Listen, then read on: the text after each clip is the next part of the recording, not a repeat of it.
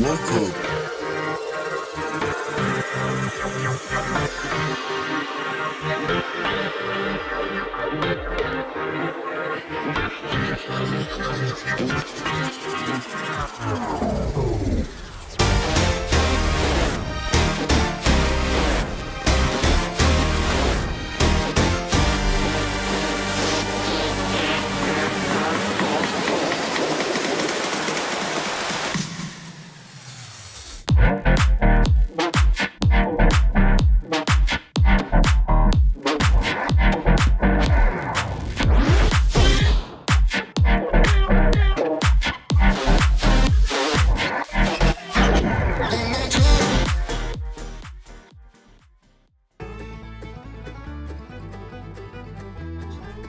Welcome to the Everything Podcast. I am your host, Chuck Manity. And in today's episode, we are going to be covering Love, Death and Robots Season 1, Episode 16, which was called Ice Age. This episode actually aired on March 15th, 2019 and has a runtime of 11 minutes. It got a 7.0 out of 10 with 18,000 reviews on IMDb. And I think the reviews were pretty mixed if you had to look at it. A lot of the people were a bit taken back by the live action component of it, which threw people off because Love, Death and Robots basically delved heavily into animation, a lot of sadistic messaging and plot twists and all that sort of thing. This one was the only live action that Love, Death and Robots has ever done, and it was. I can see why people were taken back because obviously when you're setting up the premise of your series, if it was very animation centric, then of course if you threw in some live action, it would definitely throw people off a little bit.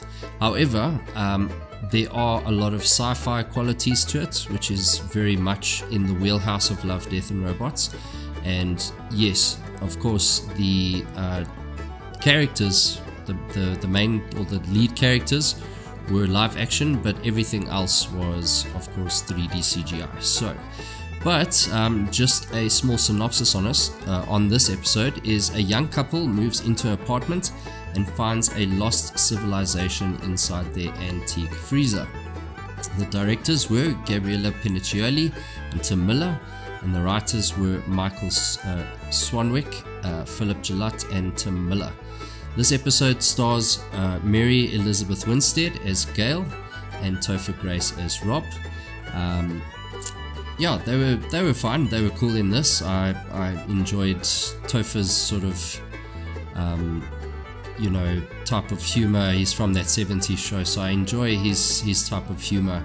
He has a very specific way of delivering lines and that sort of thing, which I quite like. So without any further ado, let's get into the review. So it opens up with the Netflix logo and the title sequence. So it opens up with Rob coming up the stairs, and he comes into the apartment greeting his partner, who is Gail. And Rob then asks Gail where she'd like him to put the wine. So Rob and Gail notice a old fridge that the landlord had left behind.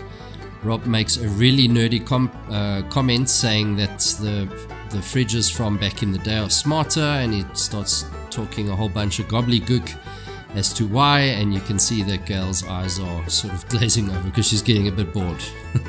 So with regards to the wine earlier, he had put it on the table, and Gail then asked Rob if he'd like a glass of wine. So Rob goes to the fridge to get some ice in the deep freeze, but it's really clogged up, so he manages to find some ice in there. And when he brings it to the table, he then sees that within his ice block, what looks like at first glance maybe a fly or something that got frozen in there. But they take a closer look, and Rob and Gail realize that it's something else. Well, Rob specifically first, and then Gail gets a magnifying glass, and when they look at it, they realize it's not a fly or some sort of insect. It's actually a woolly mammoth, and it has spears in its gut. The one thing that I wondered about is because they're drinking red wine, so I'm not quite sure how he saw the woolly mammoth with the ice, but cool. I mean, he saw it. That's the point. But I was just thinking maybe with that thing being dark and the wine being dark, maybe it would have shadowed it a little bit. Maybe I'm being a stickler to detail, but I do think that maybe he would have missed it and swallowed a woolly mammoth, which would have been quite hilarious. Or terrifying, one of the two, whichever one you prefer. After inspecting it with a magnifying glass, Gail then says, I wonder if there's more of these things in the freezer, speaking with regards to the woolly mammoths. Gail then starts pulling out a lot of the ice, and then upon further inspection, Gail realizes that she has found a complete civilization in her deep freeze. Obviously from there she says, oh my word, and then Rob comes to the fridge and then goes, holy moly, because now they've just found a complete civilization in their fridge, working at super light speed basically. So it's almost like an Einstein theory, like of relativity, if you think about it like that. So they in a position where time's moving a lot slower than in the deep freeze. So when they look inside, things are moving rapidly. They refer to the civilization as a lost civilization in their fridge. And as soon as it goes in, you get a shot of what looks like the start of like a wooden mechanical civilization. So they're moving broccoli with these wooden mechanisms. It goes through a forest. It looks very icy. So it's like almost like a post-ice age where the humans sort of were about with their cabins and those kind of things. Yeah, and besides the cabins, there's markets, there's like a castle type thing. So this is very much, I would say, medieval times at this point, at the start. So this is all the landscaping and sort of world building that you're getting at this point, which is very much in that space. So Gail makes mention that the mammoths died in the early Neolithic period, and when they looked at the fridge or inside the deep freeze, it was actually an early medieval time, like I was busy saying. So in the time that he got his ice out or found the woolly mammoth in the ice, that had gone from the Neolithic period up until early medieval times. So it just shows you how rapidly time is moving in the deep freeze. They then bury the woolly mammoth in the pot plant, and they both look, well, specifically Rob looks a lot sadder about it, and Gail doesn't look overly perturbed. And speaking of which, the thing that sort of guzzles me a little bit is that they find a lost civilization in their deep freeze, and it's like, oh, Tuesday. I mean, if you found a lost civilization in your fridge, surely you'd be a little bit, more wild and eccentric, going, holy moly, I've just found, and they're kind of like, oh, well, look, and they're talking about the periods of time that it's supposed to be in, so maybe this is a thing that happens in their world often, but it's not really set up that way. So yeah, I don't know, let me know in the comments below if you found a lost civilization in your deep freeze, would you not be a little bit excitable? Yeah, but besides that, they leave the fridge for a little bit and go back about 10 minutes later, and when they look, it is the Industrial Revolution, which is the period that is now being shown on screen. So it's going through, you see all the smoke and the factories and all that sort of stuff, and it's the start of the Industrial Revolution. And at this point they had only been gone 10 minutes and decades have gone by. There's a little funny line from Rob where he says, oh, we missed the Renaissance. Speaking of jokes, immediately after this, Rob and Gail sort of have a chat with each other while looking in, saying, I wonder if these people think that we're gods. And there's two guys that are on a building that's being built having lunch, like back in the sort of, I would say, early 1900s, where the guys didn't have any harnessing or anything, when they were super tough lads. They're just chilling there on the top of a high building, eating their lunch, and the minute the question gets posed to whether Rob and Gail are gods, the guys eating lunch immediately say, I wonder who these bozos are. And just to note, the guys that are sitting on the building, when they are looking out at Rob and Gail, they're not moving at all.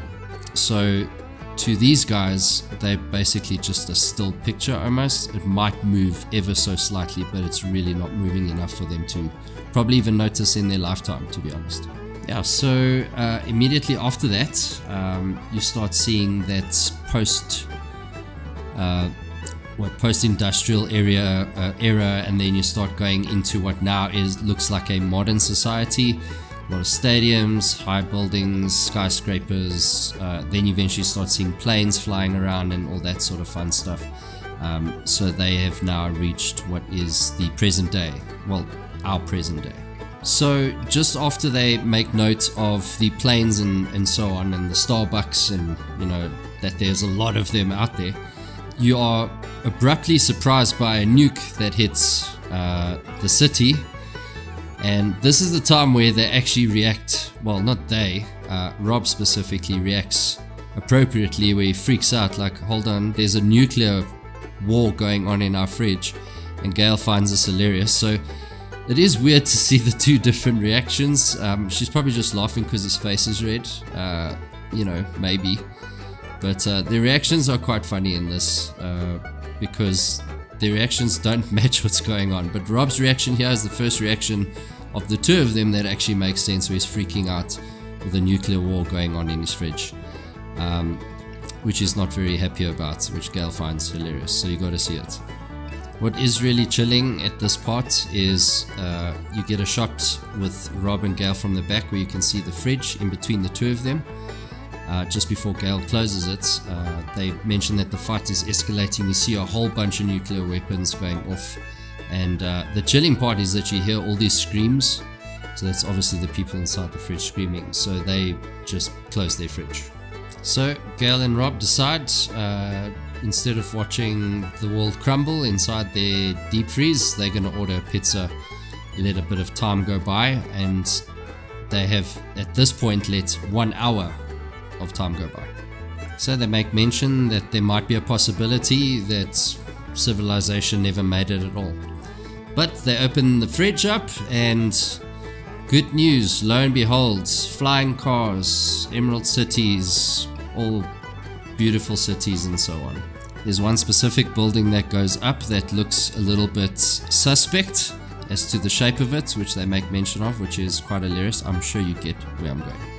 So the buildings start rapidly going into a completely different shape, where the buildings start amalgamating into one sort of like almost pyramid shaped, and then there's bridges going into that pyramid that sort of turns into like almost like a cloud formed diamond shape. So they're evolving into like super beings or whatever the case is. So you can see this is millennia into the future. And that turns into what looks like almost like a godlike ball. So it's almost like the people sort of evolved so much that they're centered into godlike beings, or lived in like one consciousness kind of thing. So that's what I'm interpreting it as. You tell me if you think differently in the comments below. So after the ball of sentience or godlike being happened, it explodes into a whole bunch of angelic shooting lights through their kitchen, and then immediately followed by a downer where there's nothing in the fridge anymore. So at this point, just off topic a little bit, maybe a sidebar, is that you do realize that Rob's the glass half full. Maybe that's why they had the wine in the beginning, I don't know, I'm reaching here maybe. But Gail doesn't seem to be like quite an optimist as much as Rob. So he's kind of like, do you think they'll come back? And Gail's like, nah, no they won't. So at this point, then Rob decides to unplug the fridge. Gail gives him a big hug because Rob's really sad about this. And yeah, they decide to call it a night and go sleep. So they get up the next morning, and then the two of them, as soon as the coffee is poured, they both have a look at the fridge. And you can see they're ever so curious as to what is going on, or what could potentially be going on. And the second they open the fridge, bam! Back to the prehistoric ages. And then you see a whole bunch of sort of pre-men, like Neanderthals, hovering about in the middle of a field. And boom! out pops the T-Rex busy attacking in the Neanderthals. It is not overly graphic, so I reckon we could put that on screen for you guys to see if you haven't seen it already, but it is quite a lot of fun to watch. Very, I wouldn't say, I mean, you can't say just Jurassic Parky because it looks nothing like it because there's no people. So it goes to, let me rephrase. So it goes back to a prehistoric time. See the Neanderthals just chilling, minding their own business, and then they get attacked by a T-Rex. That's the short and sweet version. And the last scene that you see is a Neanderthal that is trying to make its way away from the T-Rex, and as soon as the T-Rex opens its mouth just behind the Neanderthal, there you get your ending. But yeah, that is it for today's episode of Love, Death and Robots Ice Age. So yeah, like I said in the opening of this, it's the striving to be unique is what you can appreciate with this, especially with the live action aspect of it. I mean, it's not the worst thing. It's a great standalone one. It is quite a fun story to watch. There's a little bit of humor in it, some sort of dry type humor that Topher can deliver, because that's kind of what he's known for.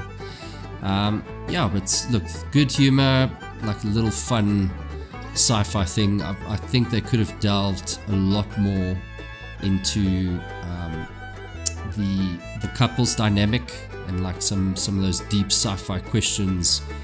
If the one person was sort of completely different to the other, where they were in sort of in like the personality, but I'm talking about like the interventionist part of it, where maybe one of them touched their finger somewhere in to move stuff around, or when the nuke started firing to kind of try and stop that or whatever, and then the other person said no, we're going to let it just happen. So that would have been like that would have been like a fun thing to do, to see where that would have gone and how it could have affected the way the freezer evolved and that kind of stuff.